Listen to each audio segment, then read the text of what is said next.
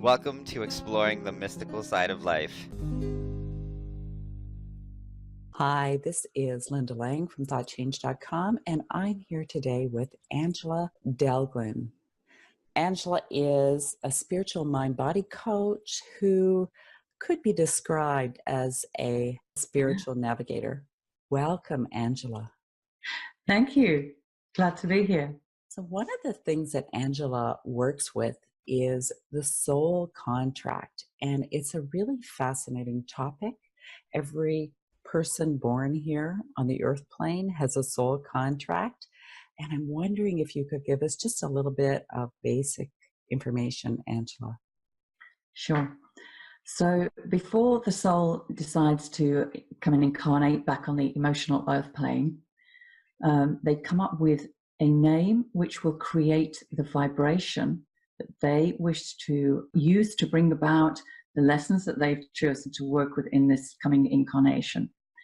And I say create the vibration because the letters of the name that they choose are transposed into numeric values, and using the ancient Hebrew language, which is rooted in the Sefer Yetzirah, they are mapped around the Star of David at certain key points, and these key points highlight the karmic work that we need to do in this life, the talents that we have to aid that process, and the goals that we are aiming to achieve. And that works in a physical sense in the material world, which plays out until we're about, say, around 35. And then the upper triangle forms the spiritual aspect of our life. And all of these points feed into what becomes the soul destiny. And that gives you the picture of why we are here in this particular lifetime. So it's quite a bit different than numerology. I guess so, yes. There's much more to be seen about how these numbers play out, because the karmic values carry a lot of the lesson aspects of those particular energies. The talent position of each triangle will carry just 10% of the karmic energy, which then, once it's broken through, you activate the talents. Now, the goal aspect, which is the third point on both triangles, that will have 30% again of the karmic values, which means there is a degree of the lessons chosen for this lifetime in each point. And so you don't just take this walk around the circuit and think, okay, tick that one. It doesn't quite work that way. It's possible that sometimes you may think you've worked through a karmic lesson only to find yourself back there again and again at certain times of the life. This is because we have to work through all of the elements of that lesson and not just the top layer. And that is something you can determine through the birth name. It is, yes. And if a person changes their name through their lifetime, does that affect their contract? Yes, it does. You may find that when you compare the overlay names, this is the term that's used, that it will signify quite a change in the energies that one attracts from that point where the name has changed. And also, it may relate more to the different types of people we attract to us because we've changed those energies. But the bulk of the name, 70% of the influence, is always derived from the birth name. And the overlay name tends to form a more positive effect. So they're not read in the same way. That's actually really amazing. What happens if that birth name is a different language and they have different alphabet? If somebody from another country contacts me, I have to ask them to record them saying their birth name slowly so that I can hear each phonetic element of that name. And then you have to break down the phonetics and spell them out, because each variation of a letter will change the energy of the name that's brought in, the energy that one chooses for this lifetime. So sound is involved. Key. Sound is key, yeah. As they say, sound is creation. So they do. So I think that's absolutely fascinating. So it's really important, that birth name. Yes, I was quite puzzled. One of the ladies on my course, I noticed, because I spot omissions, that's one of my things. And I noticed that her first name had been spelled incorrectly. They'd missed out an E. And so I picked this up with the teacher. I said, oh, you've missed an E out there. He said, no, no, the birth certificate name was actually spelled incorrectly at the time, but there are no accidents. He said that created a slight variation in the energy that she attracts. Yeah. And he said, and that's correct for her. So it really is trust, right? Yes, yes, absolutely. When people struggle to take on board some of the messages in their soul contract reading, it's often because they've interpreted it or not heard it correctly and not understood the message that's actually being conveyed. So what we often say is play the recording back another 3 or 4 times, and usually the message then filters through and they say, it's okay, I've got it now. You know, I really have to laugh, Angela, because after I had my second baby, and for a week we called him Nicholas, and it just didn't fit. It just didn't fit. So we changed his name. Thankfully, we hadn't sent in the paperwork for our birth certificate. So I have a beautiful Michael now, and that fits him perfectly. Yeah, that's quite a different feeling with it, isn't it? Oh, definitely. So is it just the first name, or is it the whole complete name that It's the whole complete name. So, for instance, in America, you have a lot of youngsters who may have taken on the name of their father, so they become Junior.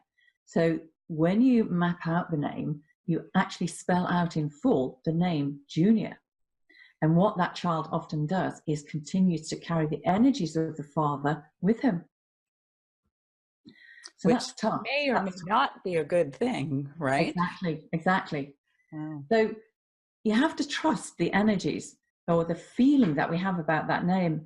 My first son, when he was 9, he said to me, Mom, I don't like my name. Can I change it? And I said to him, okay, I'm hearing what you're saying and I haven't forgotten, but let's look at this a bit later.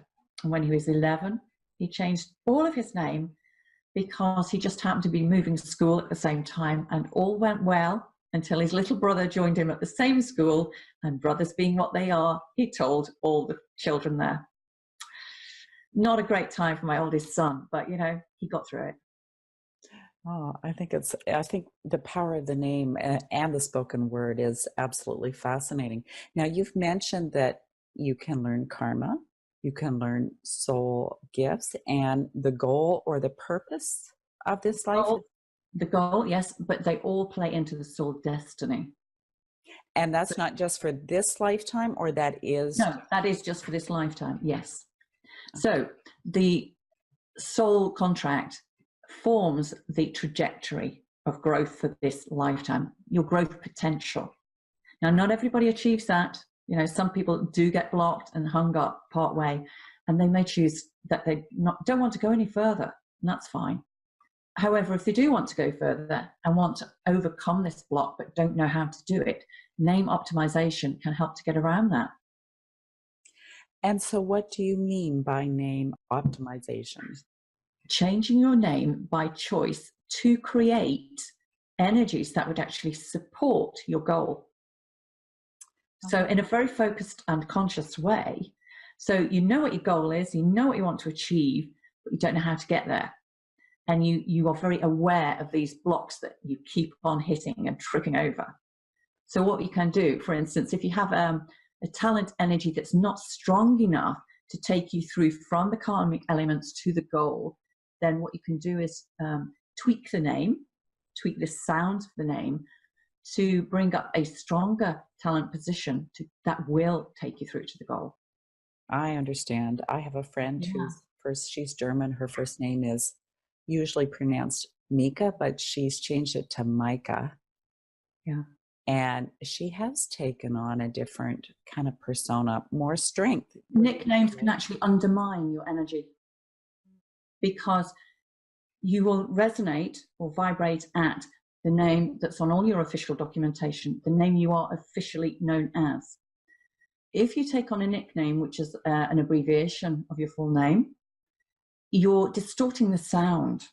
and you're only using part of the energy. So rather than have a nickname, it's actually better to optimize the name and use all of the sound vibration to achieve what you choose. Fantastic. That's a really good tip. Mm. And it can be used for business names too. That's interesting. That's very interesting because, of course, a business has its own morphogenic field. Yes. So you can do a soul contract for a business. What you do is you can choose a business name that resonates with your own energy, or for instance, with the energy of a couple of partners. So you might find if you've got two partners working together that one, well, they both have particular talents. So you would want to ideally use the energies of both of those people, their talent energies, to bring into the business. And that would really make it strike a chord with any who are attracted to it. So I'm curious, have you ever done a reading with someone who couldn't relate to their purpose? Yes, I have. Yes, I have, because part of my design is actually to choose challenges to work with. So I will always strike out for the next mountain rather than down to the beach. And yeah, one of my case studies was somebody who was one of the most difficult energies.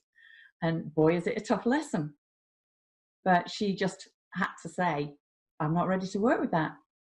And that's okay. Yeah, that's okay. That's okay. What would the benefit be of having a soul contract reading? Confidence, knowing that you're on the right path, knowing if you need to make any adjustments, making you aware of whether you want to achieve your goals. You know, how much fire do you have in your belly? What is it you want from life? Bringing up your values in a kind of a stark way, but just mapping out what you've chosen to bring in, and then working out, asking yourself, I guess, how much of this do I really want to tackle? Do I want to go for it? Because I think it's a valid question. I think sometimes we bite off more than we can chew. And once we actually get down here in the life experience, we're like, oh my goodness, what was I thinking? Yeah, I agree. I agree. But I think knowing that we can get the support that we need when we need it is a big part. And when I look at some of these designs that people have chosen, some are very hidden away, and some have chosen this isolated way of being. But don't forget that's a perception, and that we can actually change that. And once people stop feeling isolated, then they actually find the concept of moving forward much easier. No man is an island. That's true. Yeah. Wow. It's so interesting. I'm just fascinated with the whole idea, actually, and how something as simple as pronunciation, Yeah, or what name you're known as, can affect your vibration. absolutely. Absolutely. One of the strongest energies is derived from the dragon energy. And apart from being quite a fiery, difficult to hold energy, it can power people through a lot of stuff. But because it holds the energy of power, it can mean that sometimes in the wrong position, the karmic position, people either have their power taken away from them in childhood, or they give it away. So then their challenge in life would be to get it back and to use it with integrity. That is one of the biggest challenges in life. When you think about the society that we live in and how people misuse power, it's a big lesson. Humility is not something that you hear every day of the week, is it? No, it's not. I'd just like to sit with that for a moment, Angela, because I think that's something that we really need more of in the world. You can be a master of your own universe, or your modality, or your gift, but you also need to have respect for every other soul here. Really. Yes. Yeah. And a lot of that comes from accepting ourselves. Definitely. And I would suspect that having a soul contract understanding would really help. Yes, it does. Yes. And also, you mentioned it highlights gifts. So if you have a gift that you're not even aware of, Yeah, you can have a gift you know you have, but perhaps not be using it to the best of your ability. For instance, like the gift of creativity, you may have 101 ideas pouring into your head every day, but they simply become a distraction because you fail to act on any one of them. And then what happens is they will drain your energy away just because of all this mental distraction. Instead of focusing on a couple and bringing those to fruition and, you know, applying a wee bit of mental discipline to yourself to just pace yourself and focus. That's the difficulty, to focus. as something most people need to remember how to do these days. I think that's a bit something to do with speed, you know, the way that we approach life. So the more you slow down, the more you can select carefully what the next step is and to be kind to yourself. Well, it's so much easier to kind of tune in to the energy of something if you give yourself that space to really connect with it and decide. You'll make much better decisions if you take life that way. Yeah, absolutely. I'd like to know just a little teeny weeny bit more about karma. Okay, well, is there anything in particular you need to know about karma? I'm certainly no expert. I'm an expert in bringing lessons to the table, maybe. You could say that. Well, Um, your soul contract, Mhm. will highlight your karma, correct? Yeah. Yes. So, what kind of things? What kind of things? Okay. It might be a fear of speaking your truth. So you misuse power that way. It might be that you're in dreamland and dogged by indecision. And then you use your control in a different way that's not going to be fruitful for anybody. You might be resistant to power and stuck in victim consciousness, have no boundaries, might have a lack of structure, feel lost, and be stuck in a life or death situation quite often, or have those events drawn to you so that every time you have this shock to your system, you're then thrust into a growth spurt. So karmic issues are generally blocks of some nature. As compared to kind of retribution.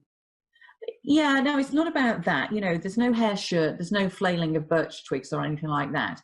It's about what are these lessons? Because they're always in such a form that you can tackle them internally. So it's about how you perceive things and then how you act upon those perceptions. So there are actually patterns that follow you through your life. Yes, yes. So, for instance, if somebody had one or more lifetimes of misusing power, then they may come into this lifetime and choose a direction where they have their power taken away from them, and then they spend several decades trying to get it back, during which time they may suffer quite a lot in one way or another. Once they've decided to take their power back, they've learned then the extremes of that spectrum, from a total lack of power to having too much power and what it means, and they will know that they have to use that power with great integrity. Yes, it will definitely expand their perspective. So all of these aspects are on like a sliding scale, and what the soul often does, you see, it tries to experience every point along that sliding scale so that it has sampled all of those experiences. That is how the soul grows. That is how the soul grows. You know, my guides have often told me it's about the experience, not about the Yeah. end goal. Exactly, exactly. The old-fashioned weighing scales, where you would actually have a metal bar with different size weights that you would slide along to work out how heavy you were or whatever big thing you were weighing. That is exactly how these things work. I think it would be fantastic to have a soul contract reading done. So I really would like to thank you for being our guest here this week on Exploring the Mystical Side of Life. Angela, Okay. would you like to share your contact information or your website? Sure. My website is in-form, form.co.uk. and all my contact details are on the website. And any offers that are around may be on there too. I'm always updating my website, so it's fairly current. Just go and enjoy. Fantastic. Thank you again for being our guest. I you. hope you enjoyed today's conversation. If you like this episode, please subscribe, like, comment, or share. Bye for now.